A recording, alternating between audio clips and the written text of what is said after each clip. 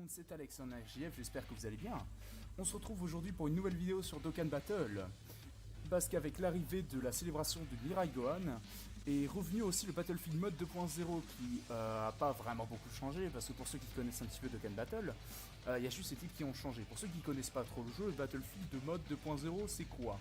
Le Battlefield 2.0, vous devez choisir 100 unités de la rareté ultra rare.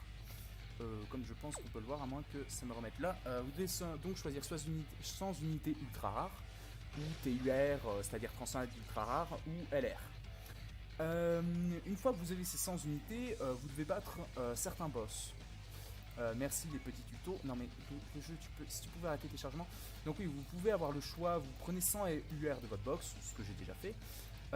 Et avec ces 100 UR, vous êtes censé battre une sélection de boss. C'est à chaque fois globalement les mêmes. Sauf que le type change. J'ai pas encore pu aller vraiment trop loin. Le niveau 2, je me suis fait battre parce que j'avais pas marqué que justement il y avait eu un changement de couleur au niveau du boss. Ensuite, pour ceux qui ne connaîtraient pas vraiment le jeu, le Battlefield de mode il est en 2.0 parce qu'il y avait une bêta qui était assez différente. Vous pouvez choisir 100 unités, ça allait du N au LR, c'est-à-dire toutes les raretés du jeu. Et on était un peu sur un tower defense, quoi, avec deux écrans. Il y avait des unités qui arrivaient, il fallait en envoyer d'autres selon le type, ils faisaient telle ou telle chose. Bon. Dommage que ça n'ait pas été repris, ça apportait un petit peu de nouveauté. Là, c'est juste des combats, quoi. C'est des combats plutôt durs, mais sinon, ouais, voilà. Alors, qu'est-ce qu'on va faire? Dans cette petite vidéo, on va aller voir un petit peu, on va aller faire tranquillement, voilà, le nouveau Battlefield, en essayant de pas prendre une team puissance pour le premier boss, parce que en plus de ça, je me suis fait violemment rouler dessus. Alors, pour ceux qui se demanderaient, non, cette chaîne ne va pas devenir une chaîne Dokkan Battle, hein, ne rêvez pas. Il y aura quand même de l'autre contenu, il y aura autre chose tout de même. Qu'est-ce que je vais dire d'autre sinon? Oui, cette chaîne va rester une chaîne multigaming, c'est juste que Dokkan Battle, ce qui est pratique, c'est que ça permet de faire des vidéos sans vraiment de problème. C'est des vidéos qui sont simples à tourner, qui sont sympathiques à faire. Pas trop de montage, miniature globalement plutôt simple, donc ça me permet de les sortir plutôt facilement. Sinon, bah, ça permet aussi de temporiser le temps que les nouveaux trucs se mettent en place. Par exemple, actuellement, on est pas mal occupé sur la J-Craft. Sachant que j'ai eu une petite idée aussi sous la douche, hein, c'est juste l'idée de cette vidéo. Pour une vidéo un peu sur la chaîne RJCraft, peut-être qu'on va... Ce sera une vidéo un peu ARJ News, un peu mais fracturée, quoi. En gros, on va faire plusieurs vidéos, je pense, et chacune de ces vidéos va un petit peu présenter un jeu, quoi. Donc quand le speedrush sera fonctionnel et sera bon, on fera une vidéo un petit peu pour le présenter, montrer comment ça marche, un petit peu des stratégies à avoir. On fera peut-être ça aussi pour les autres jeux, et là on a vraiment une rotation de merde. Donc reconcentrons-nous un peu sur le gameplay. Là donc j'ai pris une petite extreme int parce que je n'ai pas la super intelligence avec Gogeta Intelligence, le Neo. Qui va justement revenir dans le portail du ZTUR du Celtec, donc je sais pas, je pense que je vais à l'aspect, merci, sachant que j'ai pas pu débuffer l'attaque avec le Super Baby 2 TUR, qui a la réduction d'attaque sur l'aspect, ce qui est plutôt pratique parce que ça permet de faire taper le boss quand même moins fort, parce que j'ai oublié de mentionner, mais ce qui fait aussi un peu la difficulté du Battlefield comparé à des trucs genre les Dokkan Event, c'est qu'on n'a pas accès aux items. Items de soins et tout, on n'y a pas accès. Ah, l'aspect ultime de Gohan, il a 30% de chance de lancer cette attaque spé là plutôt qu'une autre. L'avantage c'est quoi? C'est que ça réduit grandement l'attaque. Je me rends compte que le jeu lag un petit peu sur le rendu. Ouais.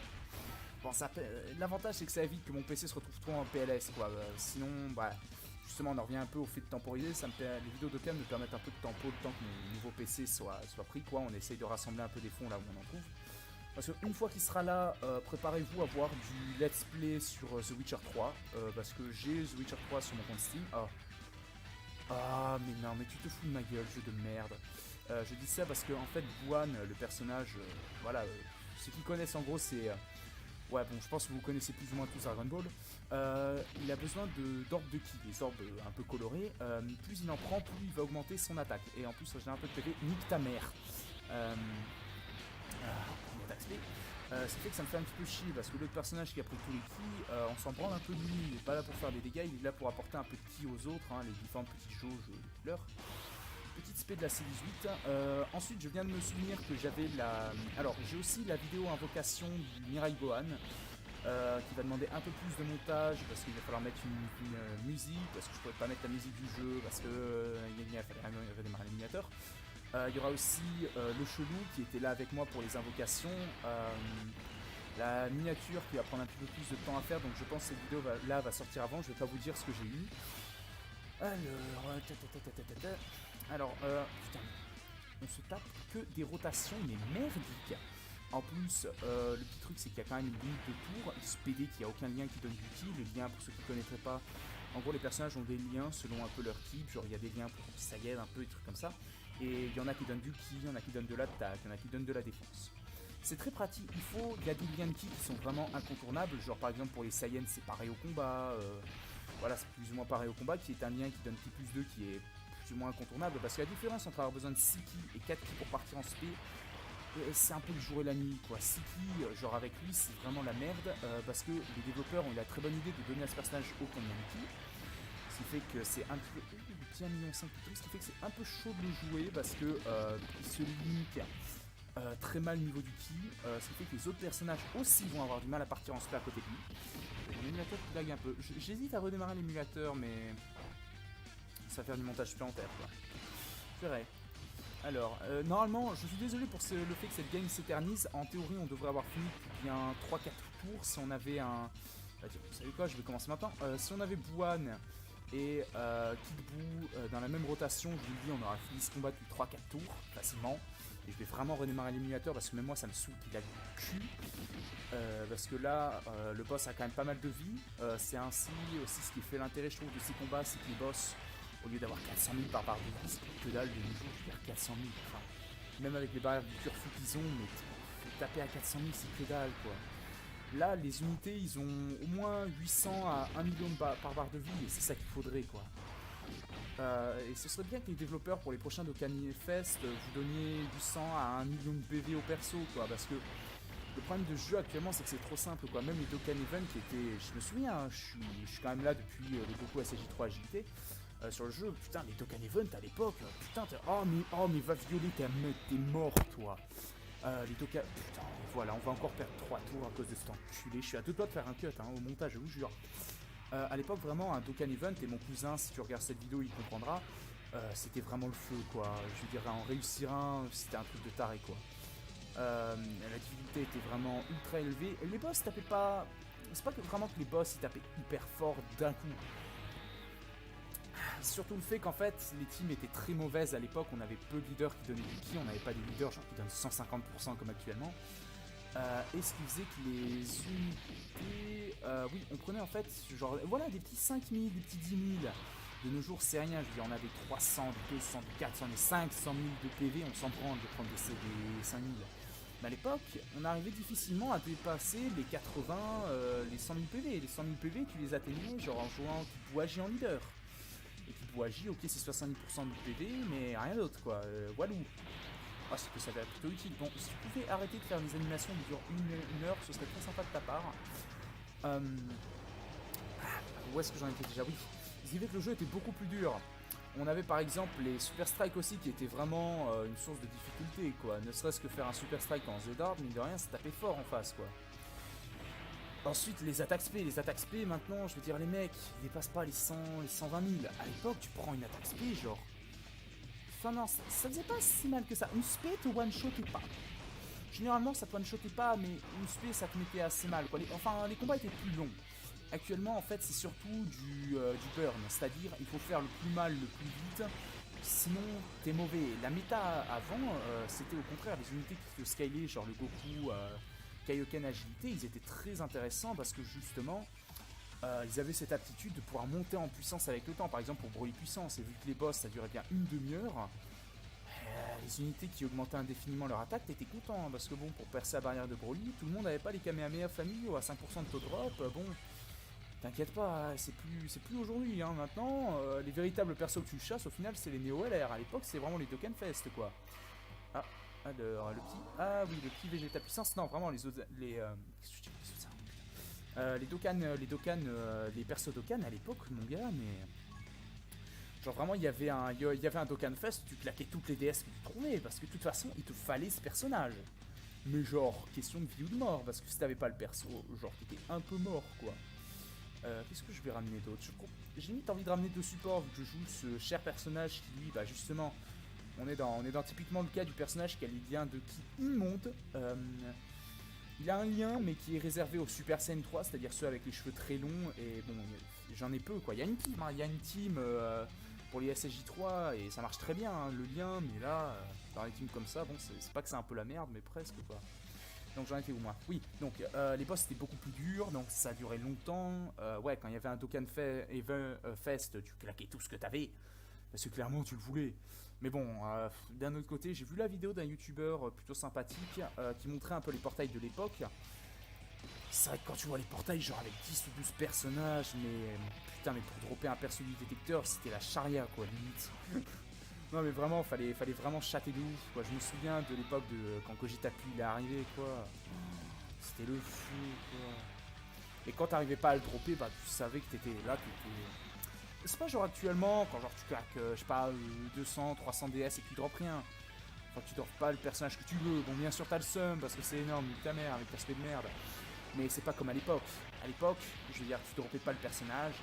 Tu dis pas, bon bah, go dans un mois. Non, tu savais pas quand est-ce que ça arrivait. Et surtout, t'étais dans la merde parce que si t'avais pas le leader, tu t'emmerdais un peu dans le jeu, quoi. Sachant qu'il y avait des énormes périodes de vide. Et la période rapidement sur la Jap où je rageais un peu dans mon coin parce qu'il n'y avait aucune célébration, aucune DS par jour. Mais mon gars, c'était tout le temps. Ah, les célébrations, c'était le feu, mec, hein. Non, mais c'est ça qu'on a tendance à oublier, quoi. Le jeu a beaucoup évolué, autant bien qu'en mal, genre avec le SSR garanti à chaque fin de multi, parce que les gens sont cons, les gens se plaignent, 5,95 c'est de la carotte, mais les mecs, est-ce que vous vous souvenez de l'époque où le 5% c'était pas pour un SSR du détecteur, c'était pour un SSR tout court? Moi je me souviens de cette époque-là, et c'était pas la rigolade, hein. Et franchement, ce SSR en fin de multi, c'est vraiment super, parce que, vous le verrez dans la vidéo, mais le fait d'avoir une multi cacarotte, ne serait-ce que mentalement pour le joueur, c'est dur. Avoir une multi cacarotte, c'est te dire que tout le temps que tu as investi, tous ces DS que tu as difficilement farmés, n'ont servi à rien. Tu n'as rien eu, tu retournes à la case départ, la sensation d'une multi cacarotte n'est pas quelque chose que je qualifierais de quantifiable. C'est quelque chose qu'il faut vivre. De faire une multi cacarotte, c'est psychologique à ce point, quoi.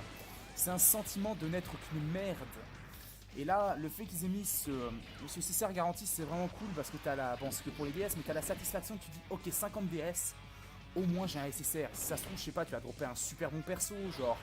Je sais pas, le Goku Blue Puissance, bon, c'est pas un excellent personnage, mais il est quand même pas dégueulasse. Genre, le Goku Kamehameha familial, il est excellent ce personnage.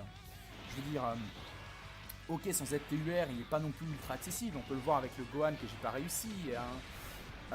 Oh putain, le 1 million qui tombe. Et il est pas full ZTUR ce perso, hein. Ah, Goku qui va faire le petit Goku qui part sur un 1 million, je pense. Mais donc, je diverge. Oui. Mais le simple fait de dropper de pouvoir dropper un SSR en fin de multi de façon garantie, c'est la satisfaction, c'est la sûreté d'être satisfait à la fin, quoi. C'est pas t'as pas la crainte que le jeu il te mette un bon coup de bâton dans le dos, quoi. Ensuite, le fait que les gens se plaignent d'avoir 5% de chance du détecteur, bah, ouais, c'est rare de dropper un perso du détecteur, mais le hors détecteur commence à être pas mal, genre le slug endurance, la Kefla endurance, le Tapion de garde, on a tendance à sous-estimer, ou même des persos comme le Tapion Tech, les Kamehameha familiaux, et même d'autres persos plus tard qui vont sûrement obtenir un ZPR. Le hors détecteur est devenu très puissant de nos jours, il faut vraiment pas le sous-estimer, quoi.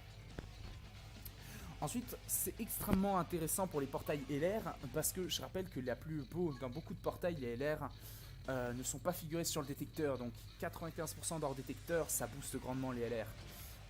Les chances d'avoir un LR, sachant que de nos jours, en plus de ça, à chaque LR qu'il y a supplémentaire sur le jeu, dites-vous que c'est une chance de drop un Neo LR supplémentaire à chaque fois, et ça, c'est fort. C'est vraiment fort parce que je vois les vidéos de Brice Gaming Z avec genre 3 LR, mais même pas genre à l'époque, je vous jure, Gohan LR c'était genre 2000 DS en statistique. Là de nos jours, franchement, avoir un Neo LR, c'est presque faisable, quoi. Donc bon, je finis rapidement cet aparté, mais je pense que je vais bientôt peut-être investir genre 50, peut-être pas 100 DS parce que je pense pas qu'au moment J. Oh, la C18 qui va bien noter sa mère. Je pense pas que j'investirai 100 DS pour encore les avoir, mais je pense que j'investirai quand même un petit peu de DS.